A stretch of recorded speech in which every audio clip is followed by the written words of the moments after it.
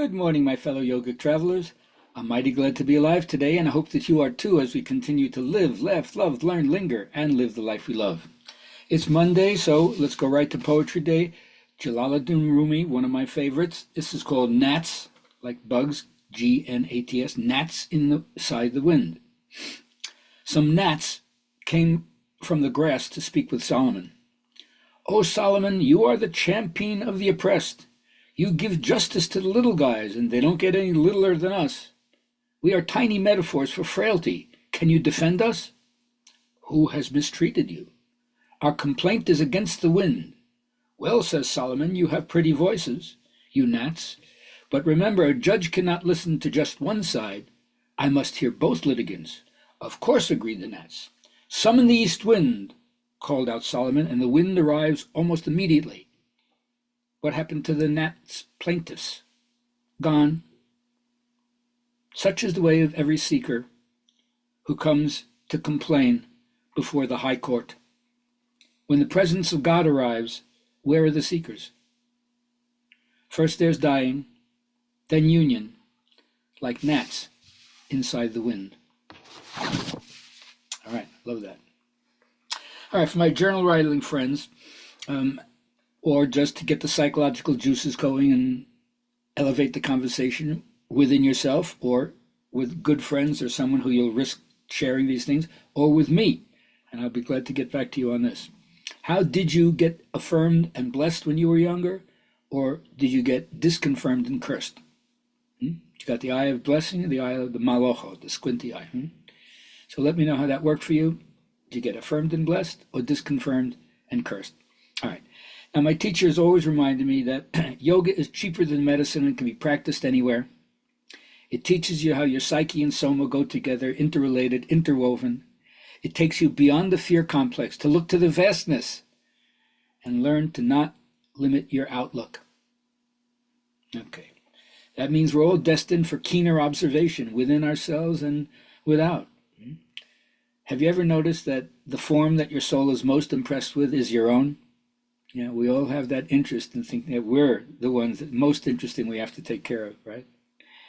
And so there's sadness when there's a limitation or a lack of perception or power over yourselves or other conditions, a lack of substance, a lack of love. But we're not supposed to be lost in this. All of that stuff is proving grounds for us to attain back to the original freedom that we have as our basic nature. Now, in yoga, they describe it as having a dormant potential called the kundalini, like spiritual gasoline, which can be awakened in you. And they say there are things that you can understand about this. Number one, you will this experience to happen. It's not a no pain, no gain, but it's a do nothing, get nothing. The second thing is you own that the projections of your own psyche are the gods and the goddesses. The realm of the gods are within you. And then third is you recognize that attention to mythic imagery transforms you. And it teaches you how to link your day consciousness to the source of consciousness and live out of that. That is yoga. As they would say in their terminology, the Jivatman and the Paramatman unite. The individual soul and the universal soul recognize their oneness. Now, I always say that I certainly have been schooled in teachings that seem to be a little more patriarchal, history-wise, but I always appeal to my women friends, especially as you get older and you can't go by the coin that you might have used when you were younger as a maiden or during your mother years when you step into your queen. As you get older, you become the crone, but I hope it'll be the juicy crone. So this is for pre, peri, and postmenopausal women.